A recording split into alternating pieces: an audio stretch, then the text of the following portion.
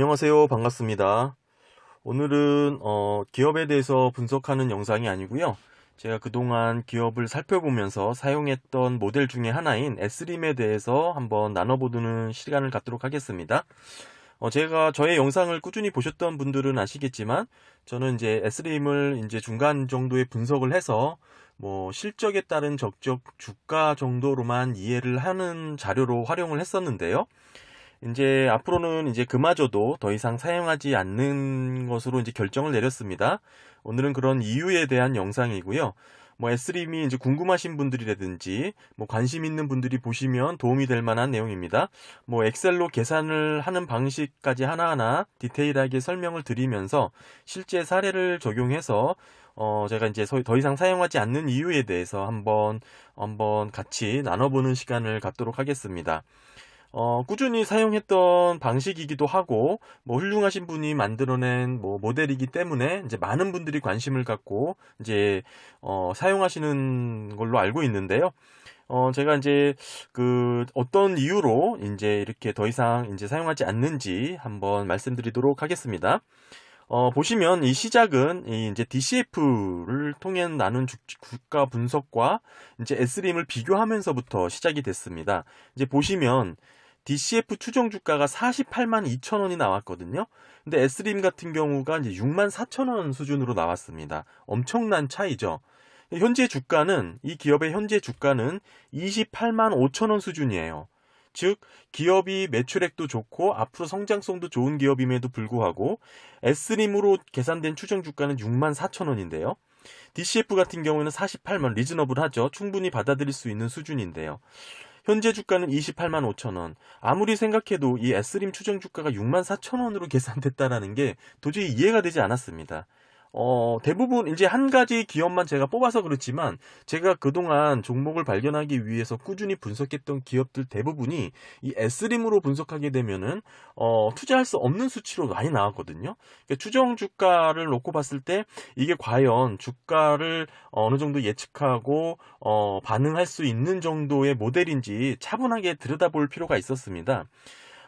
보시면 지금 현재 주가가 28만 5천 원인데도 불구하고 6만 5천 원 수준으로 이렇게 낮게 나왔다라는 것은 뭔가 의심이 될 만한 부분이죠. 그래서 일단 S림의 이제 표를 제가 계산 방식을 하나하나 다시 한번 살펴봤는데요. 핵심이 되는 가치는 이제 기업 가치입니다. 이제 어느 정도 이 기업이 갖고 있는 가치를 계산을 해서 이제 주당 주식수죠. 주식수로 나눈 것에 이제 불과한데요. S림에서 설명하고 있는 기업 가치는 이렇습니다. 자기 자본 플러스 이제 초과이익 나누기 할인율이거든요. 근데 초과이익은 자기 자본 곱하기 ROE 마이너스 할인율입니다. 이렇게 계산을 하고 있고요. 근데 중요한 것은 ROE 계산식이죠. ROE는 당기순이익 나누기 자기 자본이라는 겁니다.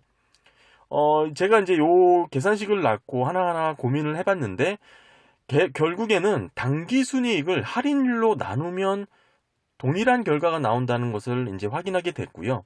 그 부분에 있어서 오늘은 이 엑셀로 계산을 해가면서 한번 정확하게 비교를 해드리려고 합니다. 일단 이제 S림 보시면 연도별로 기업 가치가 이제 확인되시죠? 이 기업의 이제 ROE랑 이제 자기 자본을 대입하여 계산한 이 추정 기업 가치입니다. 이 가치에 나온 수준이 분명 제가 말씀드린 당기순이익 나누기 할인율과 같은 가치가 나오는지 확인해 보면 되겠죠. 지금 당기순이익 나누기 할인율로 계산을 해보면 2020년, 2019년, 2018년 이렇게 나왔는데요. 보시는 것처럼 S림 계산 방식과 똑같지 않죠. 결과값이 다릅니다. 단순히 당기순이익 나누기 할인율로 계산한 값입니까? 왜 값이 다를까? 한번 살펴봐야겠죠. 원인은 두 가지가 있습니다. 첫 번째는 S림의 경우 ROE 수치를 기준으로 계산을 하였죠. 그런데 일반적인 ROE 계산은 자기 자본을 보실 때 전기 플러스 단기, 그러니까 단기 플러스 전기 나누기 2, 그러니까 평균치를 냅니다. 즉, 그런데 일반적인 S림 계산식은 보시는 것처럼 단기 자기 자본만을 반영하여 이렇게 계산을 하였습니다. 당연히 차이가 있겠죠. 그래서 그 자기 자본을 그대로 갖다 쓴 것을 이제 보통 S림으로 계산을 하고 있기 때문에 이 부분을 바꿔줬습니다. 즉 자기 자본을 단기 플러스 전기 나누기 2 평균치로 적용을 한 것이죠.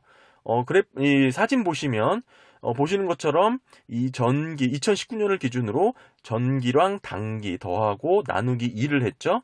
이것을 자기 자본으로 하고 더하기 자기 자본 곱하기 말씀드린 대로 이제 ROE 빼기 할인율 이런 식으로 나누기 또 할인율 이런 식으로 지금 계산식을 바꿨습니다. 이제 ROE를 기존 S림 같은 경우에는 자기 자본을 그대로 갖다 썼지만 일반 ROE 계산 방식처럼 단기 플러스 전기 나누기 2를 한 평균치를 적용했다라는 의미죠. 이렇게 S림으로 바꾼 계산식 기업 가치는 어떻게 나왔을까요? 보시는 것처럼 단기 수익 나누기 할인율과 유사한 값이 나왔습니다. 정확하게 똑같은 수치는 아닌데요. 비슷한 수준에서 유사한 값이 나왔어요. 약간의 오차가 있습니다. 지금 2019년, 지금 예를 들고 있는 2019년 보시게 되면은, 5,745억 원까지는 맞죠. 그렇지만 단기 순이익 나누기 할인율 보시면 5,746억 원으로 다소 차이가 있는 것으로 나왔습니다. 원인이 아까 두 가지 말씀드렸지만 하나 더 있죠. 두 번째는 바로 ROE 수치에 있습니다. ROE가 보통 퍼센트지로 표시가 되어 있습니다. 즉 지금 S림 같은 경우에는 ROE를 적용할 때 그냥 12.99%라는 것을 직접 갖다 썼는데요. S림 계산식에서는 12.99가 그대로 사용되었지만 사실 정확한 ROE는 12.99가 아니고 12.993258936664 등등등등등 해서 더 계속 나타나겠죠. 물론 우리가 편의를 위해서 소수점 두 자릿수로 표현한 것 뿐이죠. 이렇게 오차를 줄이기 위해서 ROE 숫자를 12.99가 아닌 12.993258936664로 정확하게 기재를 해봤습니다. 보시는 것처럼 이렇게 ROE 변경된 부분 보이시죠? 요 수치로 적용을 해서 계산을 해봤더니 보시는 것처럼 S림 계산 방식으로 나온 기업가치 또한 단기순이익 나누기 할인율로 한 기업가치가 정확하게 똑같아졌습니다. 즉 5,746억 나왔고요. 마찬가지로 5,746억 뒷자리까지 767원, 767원 똑같이 나왔습니다. 결국에는 이 S림으로 계산된 기업 방법이 어렵게 계산할 필요 없이 단기순이익에 나누기 할인율로 하면 같은 값이 나온다는 의미죠. 이 식을 제가 이제 식으로 한번 풀어봤습니다. 보시는 것처럼 자기 자본, 이 S림의 이제 기업 가치죠. 기업 가치는 자기 자본 플러스 보시는 것처럼 자기 자본 곱하기 초과이익 빼기 이제 할인율 나왔고요. 이것을 이제 초과이익은 어떻게 표현되죠? 초과이익은 또 이렇게 설명드린 것처럼 자기 자본 곱하기 또 ROE 빼기 할인율 이렇게 또 바꿔서 표현할 수도 있죠. 근데 중요한 것은 이 ROE는 어떻게 나오죠? 단기순이익을 자기 자본으로 나눈 것으로 나올 수 있죠. 이렇게 표를 이런 식으로 풀어서 이렇게 쭉 나열을 해보면 이렇습니다. 보시는 것처럼 이렇게 나오고요. 중요한 것은 이 뒷부분입니다. 쭉 풀어 쓴 이 표를 보시는 것처럼 할인율 나오고요. 자기 자본 나오죠. 이렇게 약분해서 계산하는 방법을 보시면 자, 이렇게 할인율 없어지고요. 또 마찬가지로 자기 자본 없어지는 부분 확인했죠? 또 하나 마찬가지로 이렇게 없어집니다. 결국엔 남는 것은 단기순이익 할인율 이렇게 남죠. 결국 어떻게 된다는 거죠? S림으로 나눈 계산식은 결국에는 기업가치라는 것은 단기순이익을 할인율로 나눈 거랑 같아진다. 이렇게 계산이 되는 겁니다. 지금 기업의 실적을 요구 수익률로 나눈 것에 불과한 수치입니다.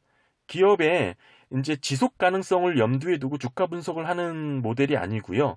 지금 단순한 실적이죠. 단기 순이익이라고는 아주 심플한 실적을 내가 원하는 수익률로 나눈 것에 불과한 지금 모델이거든요. 근데 지금 식 자체를 되게 꽈놔서 복잡해 보이고 어려워 보이지만 사실은 되게 단순한 모델을 갖고 있다는 것입니다. 물론 지금 S림 자체를 만드실 목적이 최대한 간단한 방식을 통해서 실적에 따른 적정 주가를 표현하기 위한 방식으로 저는 이해를 하고 있는데요. 중요한 것은 많은 투자하시는 분들이 S림 모델을 그런 식으로 활용하고 있지는 않죠. 게다가 단기 순이익으로 나누는 이 요구 수익률을 S림 같은 경우는 비비치 회사채 이상의 수익률을 요구하는 거죠. 보통 7% 이상을 일괄로 그냥 단순 적용하는 데 있는데요. 이것도 사실 무리가 있죠. 기업의 성격이라든지 특징을 이제 반영을 하지 못하고 있는 부분이기 때문에 일괄로 내가 요구하는 수익률을 그냥 단순 대입하는 것에 불과한 겁니다. 그래서 비비채 이상의 회사채 수익률 이상은 주식 투자를 하면서 내가 수익률 이상을 얻어야겠다라는 이런 마지노선으로 적용을 하는 방식이기 때문에 아주 간단한 모델이라고 말씀드릴 수 있을 것 같고요.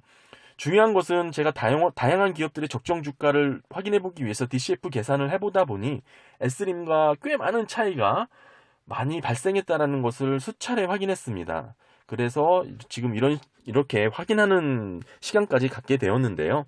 여러분들도 이 영상을 보시고 S림을 이제 대하실 때 어느 정도 실적에 대한 적정 수준으로 이해하시면서 참고용으로 이해하시는 게 어느 정도 리즈너블하지 않을까라는 생각을 갖고 있습니다. 결국엔 단기 순이익을 내가 원하는 요구 수익률로 나눈 수치랑 같다. 이것이 제가 오늘 영상을 찍은 핵심이 되겠네요. 오늘도 끝까지 시청해 주셔서 감사합니다. 다음 시간에는 좀 더 유익한 영상으로 한번 찾아오도록 하겠습니다. 고맙습니다.